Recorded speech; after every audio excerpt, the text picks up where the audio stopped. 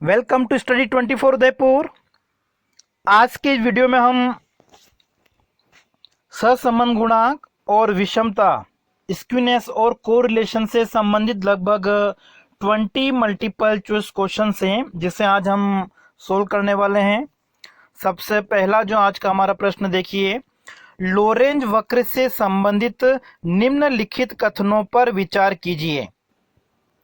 X अक्ष पर मापदंड 0 से 100 तक लेकर संचयी आवृत्ति के प्रतिशत को रखा जाता है।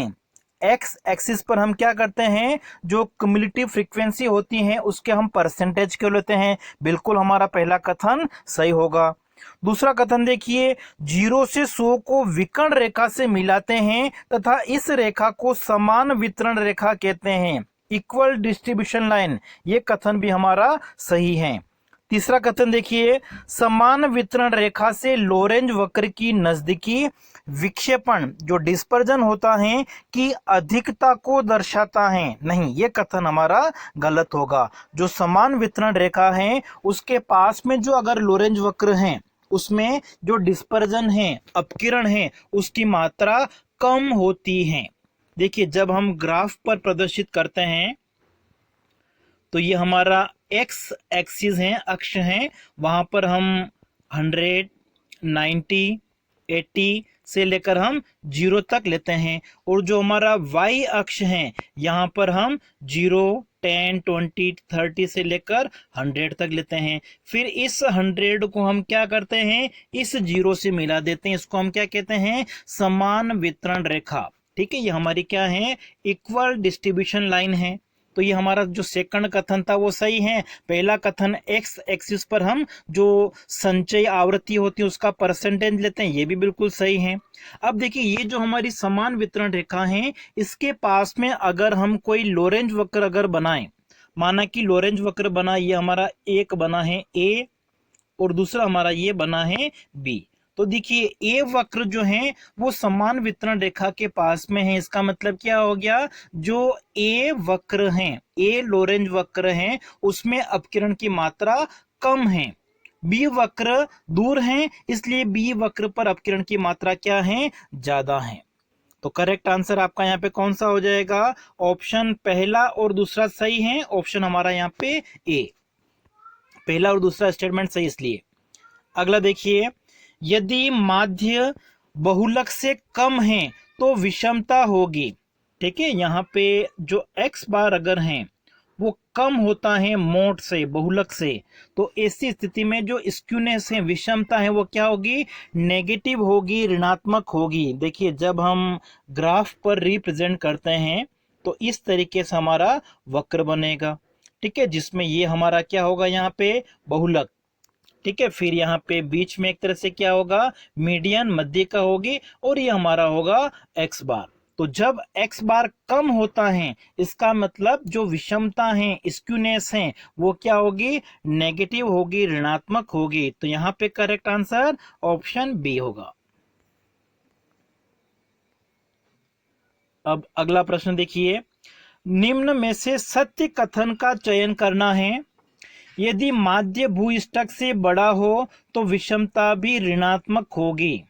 ठीक है, माध्य यहाँ पे क्या है, एक्स बार। अगर एक्स बार बड़ा है जेड से, ठीक है, मोड से, तो विषमता एक तरह से क्या होगी, ऋणात्मक नहीं होगी, क्या होगी, पॉजिटिव होगी, धनात्मक होगी। तो यहाँ पे आपका पहला कथन सही है। अभी पिछले क्वेश्चन में हमने देखा था कि समांतर माध्य यदि बहुलक से, बहुलक या भूइष्ठक दोनों एक ही होता है, तो समांतर माध्य का मान अगर बहुलक से कम होता है तो जो स्क्यूनेस है, विषमता है, वो क्या होगी, ऋणात्मक होगी। और समांतर माध्य का मान अगर ज्यादा है बहुलक की तुलना में तो जो विषमता है वो क्या होती है, धनात्मक होगी। तो यहाँ पे आपका पहला कथन जो है वो गलत है। दूसरा कथन देखिए, विषमता धनात्मक होगी यदि Q3 माइनस Q2 ज्यादा है Q2 माइनस Q1 से। देखिए, Q2 यहाँ पे किसको प्रदर्शित करता है, मध्यिका को, मीडियन को। देखिए, जो हमारा विषमता गुणांक का फॉर्मूला होता है उसमें हम क्या लेते हैं, Q3 माइनस Q2। ठीक है, इसमें से हम माइनस करते हैं Q2 माइनस Q1। अब देखिए Q3 माइनस Q2 का मान अगर ज़्यादा है, ठीक है, Q3 माइनस Q2 का मान माना कि अगर 50 है और ये कितना है 30 है, तो ऐसी स्थिति में क्या होगा, जो विषमता है वो एक तरह से क्या होगी, धनात्मक होगी। तो ये हमारा सही है दूसरा। और फिर उसके बाद में तीसरा कथन है, यदि μ3 का मान ऋणात्मक हो तो विषमता भी ऋणात्मक होगी। ये भी हमारा कथन सही है। μ3 के आधार पर अगर हम विषमता का माप देखें तो उसका क्या फॉर्मूला होता है, μ3 अपॉन, इसमें हम डिवाइड कर देते हैं स्टैंडर्ड डेविएशन का क्यूब। ठीक है, तो देखिए अगर ये μ3 का मान अगर माइनस में है, नेगेटिव है, इसका मतलब क्या हो गया, जो विषमता है, स्क्यूनेस है, वो भी क्या होगी, ऋणात्मक होगी। तो यहाँ पे देखिए पहला कथन तो गलत है, दूसरा और तीसरा कथन यहाँ पे सही है, इसलिए सही ऑप्शन हमारा यहाँ पे कोई नजर नहीं आ रहा है। अगला देखिए, यदि आवृत्ति वितरण का वक्र घंटी के आकार का हो, बेल शेप, ठीक है, जो फ्रीक्वेंसी डिस्ट्रीब्यूशन कर्व है अगर वो इस तरीके का है, इसका मतलब क्या हो गया, जो घंटी के आकार का हमारा आवृत्ति वितरण वक्र है, इस स्थिति में क्या होता है, समांतर माध्य, मध्यिका और बहुलक, मीन, मोड, मीडियन, ये तीनों क्या होते हैं, इक्वल होते हैं। और ऐसी स्थिति में क्या होता है, इनमें स्क्यूनेस नहीं होता है, विषमता का अभाव पाया जाता है। तो करेक्ट आंसर यहाँ पे आपका हो जाएगा ऑप्शन सी।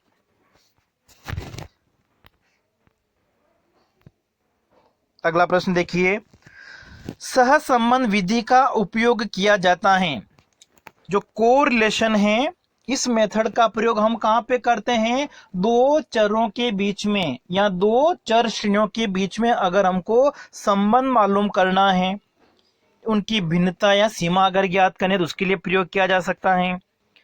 शिक्षण सफलता की भविष्यवाणी करने के लिए प्रयोग किया जा सकता है। अनुसंधान हेतु उपकरणों को तैयार करने, उनकी विश्वसनीयता और वैधता की जांच करने के लिए भी किया जा सकता है। तो करेक्ट आंसर आपका यहाँ पे ऑप्शन डी हो जाएगा। अगला देखिए, निम्नलिखित कथनों पर विचार कीजिए। जब केवल दो चरों के मूल्यों के बीच संबंध का अध्ययन किया जाता है तो उसे सरल सहसंबंध कहते हैं। बिल्कुल सही है, ठीक है, सरल सहसंबंध, जो सिंपल कोरिलेशन आपका है वो क्या बताएगा, दो चरों के बीच में संबंध को बताता है। तो पहला कथन हमारा सही है। दूसरा कथन है, जब दो से अधिक चर मूल्यों के मध्य संबंध का अध्ययन किया जाता है उसे आंशिक सहसंबंध कहते हैं। यहाँ पे थोड़ा सा चेंज होता है कि दो से अधिक चर, दो चर मूल्यों के बीच में हम अध्ययन करते हैं, लेकिन अन्य चरों के प्रभाव को हम स्थिर मान लेते हैं, उसको हम क्या कहते हैं, आंशिक सहसंबंध। तो ये हमारा गलत हो जाएगा। दूसरा है, जब दो या दो से अधिक स्वतंत्र चर मूल्यों का एक आश्रित मूल्य के बीच में संबंध का अध्ययन किया जाता है तो उसे हम क्या कहते हैं, बहुगुणी सहसंबंध, मल्टीपल कोरिलेशन। ये हमारा सही है। ठीक है, पहला और तीसरा कथन यहाँ पे सही है, तो आपका आंसर हो जाएगा ऑप्शन सी। अगला देखिए, जब दो से अधिक चर मूल्यों का अध्ययन किया जाता है लेकिन उसमें केवल दो चर मूल्यों के पारस्परिक संबंध की गणना की जाती है, जबकि अन्य चर मूल्यों के प्रभाव को स्थायी मान लिया जाता है। देखिए, जब हम कृषि उत्पादन की बात करें तो कृषि उत्पादन पर हम वर्षा का क्या प्रभाव पड़ता है वो अगर हम देख लें, लेकिन कृषि के ऊपर अन्य तत्वों का, अन्य चरों का जो प्रभाव पड़ता है, जैसे कि कृषि के ऊपर उर्वरक जो होते हैं, फर्टिलाइजर, उनका प्रभाव पड़ सकता है, बीजों का प्रभाव पड़ सकता है, तापमान का प्रभाव पड़ सकता है, अन्य जो भी चर हैं इन सभी को हम क्या मान लें, स्थिर। और किसका अध्ययन करें, कृषि उत्पादन पर वर्षा की मात्रा का। इसको हम एक तरह से क्या कहते हैं, आंशिक सहसंबंध कहेंगे, पार्शियल कोरिलेशन। ऑप्शन आपका हो जाएगा सी। अगला देखिए, निम्नलिखित कथनों पर विचार कीजिए। किसी कंपनी में मजदूरों की संख्या में 20% की वृद्धि करने पर कंपनी के उत्पादन में भी 20% की वृद्धि का रेखीय सहसंबंध का ग्राफी प्रदर्शन एक सीधी सरल रेखा के रूप में होगा। बिल्कुल सही है। यहाँ पे जो दोनों चर हैं उनमें समान अनुपात में परिवर्तन हो रहा है, तो ये जो अगर हम ग्राफिकल मेथड से प्रदर्शन करेंगे इनको तो क्या बनेगा, एक सीधी रेखा के रूप में प्रदर्शित होगा। तो पहला कथन हमारा सही है। दूसरा कथन है वक्र रेखी सहसंबंध का ग्राफी प्रदर्शन एक वक्र होता है, लेकिन चरों में परिवर्तन अनुपात हमेशा समान होता है नहीं। ठीक है, चरों में परिवर्तन का अनुपात अलग अलग भी हो सकता है। ठीक है, अगर वक्र के रूप में हमने प्रदर्शित किया है तो जरूरी नहीं कि दोनों चरों के बीच में जो परिवर्तन हो रहा है उसका अनुपात समान हो। तो करेक्ट आंसर यहाँ पे देखिए आपका पहला स्टेटमेंट हमारा सही है, तो करेक्ट आंसर हो जाएगा ऑप्शन ए। अगला देखिए, निम्नलिखित कथनों पर विचार कीजिए। जब अंकित बिंदुओं का समूह बाईं ओर से निचले कोने से दाईं ओर ऊपर वाले कोने की ओर उठते हैं तो दोनों श्रेणियों के चर मूल्यों में पूर्ण धनात्मक संबंध होता है। देखिए इस तरीके से बहुत सारे बिंदु हैं, तो देखिए धनात्मक सहसंबंध को तो प्रदर्शित कर रहा है, लेकिन पूर्ण धनात्मक सहसंबंध नहीं कह सकते हम। परफेक्ट पॉजिटिव कोरिलेशन नहीं होगा। परफेक्ट पॉजिटिव कोरिलेशन के लिए क्या जरूरी है, जो हमने प्रदर्शित किया है वो बिंदु एक ही रेखा के भी आने चाहिए। ठीक है, ऊपर से नीचे आने चाहिए, लेकिन एक ही रेखा में इस तरीके से ये। ठीक है, ये बिंदुओं का समूह है, ये बाएं कोने से ऊपर की ओर तो जा रहा है, धनात्मक संबंध है, लेकिन पूर्ण नहीं है। पूर्ण संबंध के लिए क्या होना चाहिए, सारे बिंदु हमारे एक सीधी रेखा के ऊपर आने चाहिए। तो पहला यहाँ पे गलत हो जाएगा। दूसरा है, जब अंकित बिंदुओं का समूह बाईं ओर के ऊपर वाले कोने से दाईं ओर के नीचे वाले कोने की ओर गिरते हैं। ठीक है, ये देखिए वो जो y हमारा है इधर कौन सा है, बायां वाला कोना है। ठीक है, यहां से नीचे की ओर गिरते हैं तो दो श्रेणियों के चर मूल्यों में ऋणात्मक संबंध पाया जाता है। बिंदुओं का समूह है तो देखिए एक सीधी रेखा के रूप में होता तो क्या होता, अगर सीधी रेखा के रूप में ऐसे बिंदु अगर हमारे आ जाते तो ये हमारा पूर्ण ऋणात्मक होता, लेकिन यहाँ पे लिखा हुआ है बिंदुओं का समूह। ऐसे इस तरीके से बहुत सारे बिंदु हो सकते हैं, लेकिन इनका ढाल क्या है, ऊपर से नीचे की तरफ है, इसी तरीके से है। इसका मतलब क्या हो गया, ये एक तरह से ऋणात्मक सहसंबंध को दर्शाता है। तो यहाँ पे हमारा दूसरा कथन जो है वो सही हो जाएगा। तो आपका जो आंसर है वो क्या हो जाएगा, इनमें से हमारा तो दूसरा कथन ही सही है।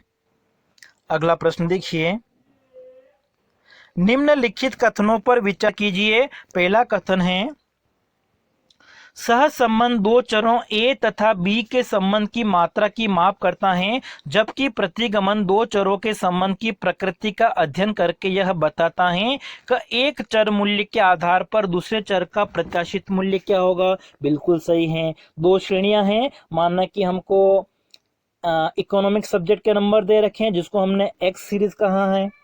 दूसरा हमारा सब्जेक्ट है हिंदी है, उसके नंबर को हमने वाई अगर कहा है। तो इन दोनों के बीच में, इन दोनों के जो अंक हैं, इन दोनों सब्जेक्ट के अंक के बीच में अगर हमको संबंध की मात्रा का माप करना है वो हम सहसंबंध के आधार पर करेंगे। लेकिन यदि एक्स के मूल्य हमारे पास में दे रखे हो और वाई के मूल्य का अनुमान लगाना हो तो हम किसका प्रयोग करेंगे, प्रतिगमन का, रिग्रेशन का। या y के मूल्य अगर दे रखे हो और x के मूल्य का अनुमान लगाना है तो उसके लिए हम किसका प्रयोग करेंगे, रिग्रेशन, प्रतिगमन का प्रयोग करेंगे। तो पहला कथन हमारा यहाँ पे सही है। दूसरा है सहसंबंध द्वारा भावी अनुमान नहीं लगा सकते हैं। ठीक है, फ्यूचर में क्या होगा उसके बारे में अगर हमको अनुमान लगाना है तो सहसंबंध के द्वारा नहीं लगा सकते हम, वो किसके द्वारा लगा सकते हैं, रिग्रेशन, प्रतिगमन के द्वारा लगा सकते हैं। तो यहाँ पे आपका दोनों कथन सही हैं, तो करेक्ट आंसर ऑप्शन हो जाएगा हमारा सी। अगला प्रश्न देखिए, विभिन्न चरों के मध्य पारस्परिक संबंध के अध्ययन करने वाली विधि को सहसंबंध गुणांक कहते हैं। ठीक है, विभिन्न चरों के बीच में हम पारस्परिक जो संबंध होता है उसका अध्ययन करते हैं, अल्जेब्रिक। ठीक है, बीज गणितीय विधि हम कह सकते हैं। सहसंबंध गुणांक एक तरह से क्या है, बीज गणितीय विधि है। नेक्स्ट देखिए, निम्नलिखित कथनों में से कौन सा कथन असत्य है? ठीक है, ध्यान से पढ़िए, क्वेश्चन में क्या पूछा हुआ है, असत्य कथन। तो पहला कथन है हमारा, सह संबंध ज्ञात करने की विक्षेप चित्र विधि। ठीक है, विक्षेप चित्र विधि को इंग्लिश में हम कहते हैं स्केटर डायग्राम जो होते हैं, को बिंदु रेखी विधि के अंतर्गत शामिल किया जाता है। बिल्कुल सही है हमारा। दूसरा है, सहसंबंध ग्राफ विधि के द्वारा सहसंबंध गुणांक की गणना कर सकते हैं? नहीं। ठीक है, जो ग्राफिकल मेथड हमारी है, जो हमारी बिंदु रेखी विधि भी इसको हम कह सकते हैं, स्केटर डायग्राम जो होते हैं, विक्षेप चित्र या इनको हम प्रकीर्ण चित्र भी कहते हैं, के द्वारा सहसंबंध गुणांक की गणना नहीं कर सकते। ठीक है, सहसंबंध की मात्रा, हम दिशा बता सकते हैं केवल कि धनात्मक परिवर्तन हो रहा है या ऋणात्मक, उसका जो गुणांक है वो हम ज्ञात नहीं कर सकते हैं। तो यहाँ पे आपका दूसरा कथन जो है वो असत्य है। तीसरा, कार्ल पियर्सन की सहसंबंध गुणांक की विधि को सहसंबंध की बीजगणितीय विधि का उदाहरण है, ये हमारा सही है। हमको पूछा हुआ था असत्य कथन कौन सा है, ऑप्शन हमारा बी। नेक्स्ट है कथन दो, निम्नलिखित कथनों पर विचार कीजिए। दो चरों के बीच शक्तिशाली अथवा दुर्बल एवं सकारात्मक अथवा नकारात्मक संबंध को प्रतिक्षेप चित्र के द्वारा समझा जा सकता है। तो ये कथन तो हमें सही लग रहा है। ठीक है, कि जो स्केटर डायग्राम होते हैं उसके द्वारा हम क्या कर सकते हैं, दो चरों के बीच में ऋणात्मक संबंध है, मतलब विपरीत दिशा में परिवर्तन हो रहा है, या फिर एक ही दिशा में परिवर्तन हो रहा है जिसको हम धनात्मक संबंध कहते हैं, सकारात्मक भी कह सकते हैं, तो उसको हम प्रतिक्षेप चित्र, जो स्केटर डायग्राम होते हैं, प्रकीर्ण आरेख भी कहा जाता है, उनके द्वारा हम समझ सकते हैं। बिल्कुल सही है। सह संबंध के मुख्य परिणामों को सह संबंध गुणांक, कोफिशिएंट ऑफ कोरिलेशन कहा जाता है, यह भी बिल्कुल हमारा सही है। तो ऑप्शन हमारा हो जाएगा सी।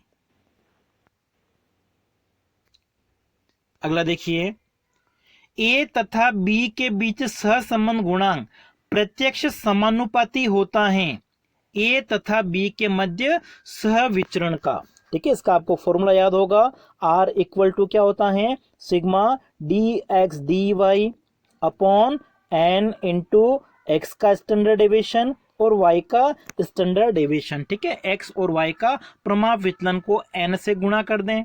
तो देखिए यहाँ पे जो ये सिग्मा dx dy, ये वाली जो चीज है, ये कोवेरिएंस है, जिसको हम हिंदी में क्या कहते हैं, सहविचरण कहते हैं। तो इन दोनों में, ठीक है, इसमें एक तरह से क्या होगा, प्रत्यक्ष समानुपाती परिवर्तन होगा।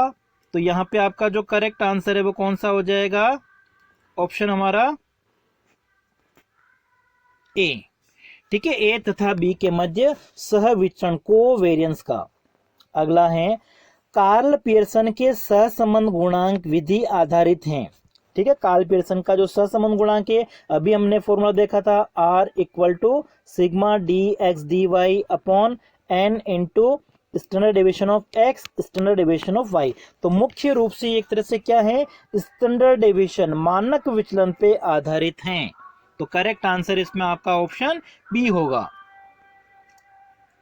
अगला प्रश्न देखिए, सह संबंध का मुख्य परिणाम जाना जाता है। दो चर श्रेणियों के बीच में हम जो सह संबंध ज्ञात करते हैं उनको एक तरह से क्या कहा जाता है, जैसे कि हमारा आंसर आया 0.95 या माइनस के 0.23, ऐसे इस तरीके से आते हैं, इनको हम क्या कहते हैं, सह संबंध गुणांक कहते हैं, कोफिशिएंट ऑफ कोरिलेशन। तो मुख्य परिणाम क्या होता है, इसका गुणक होता है, इसका कोफिशिएंट होता है। Correct answer option A.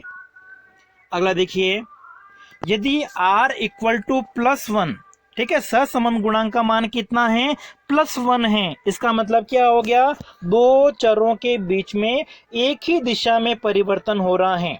ठीक है, दो चरों के बीच में एक ही दिशा में अगर परिवर्तन होता है तो उसको हम क्या कहते हैं, धनात्मक सहसंबंध कहते हैं।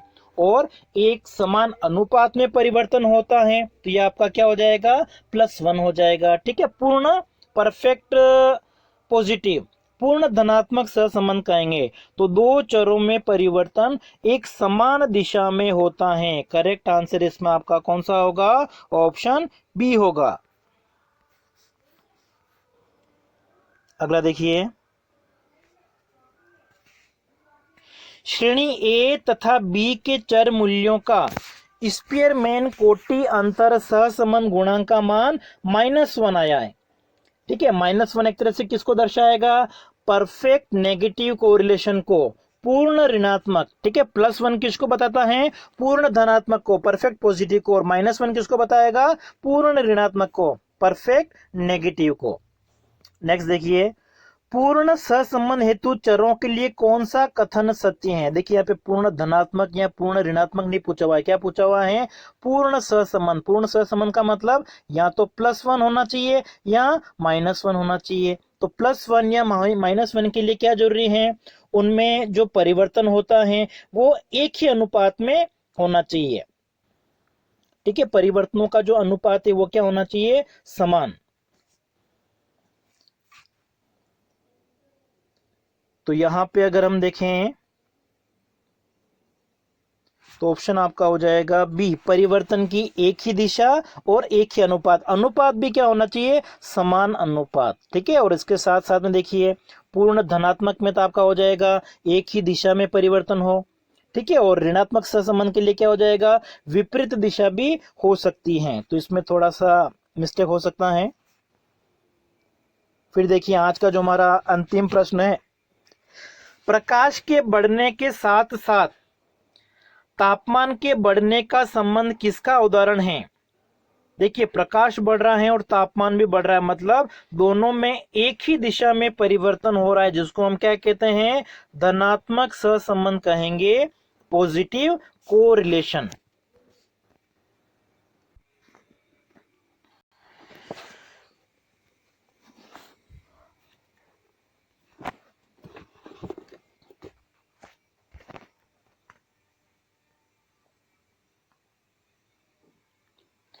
इस एक क्वेश्चन का जो आंसर है वो आपको देना है, और इसको मैं अगले वीडियो में आपको बताऊंगा। ए और बी में सहसंबंध गुणांक 0 होने पर, ठीक है, आर इक्वल टू कितना है? 0 है, 0 है, तो दोनों चर मूल्य साथ साथ बढ़ते हैं, विपरीत दिशा में परिवर्तित होते हैं, यादृच्छिक रूप से युग्मित होते हैं, जिनमें उनमें अंतर संबंध की अनुपस्थिति का अभाव होता है, साथ साथ घटते हैं। इनमें से कौन सा आंसर होना चाहिए, इसका आपको कमेंट बॉक्स में आंसर देना है, फिर इसको मैं नेक्स्ट वीडियो में बताऊंगा।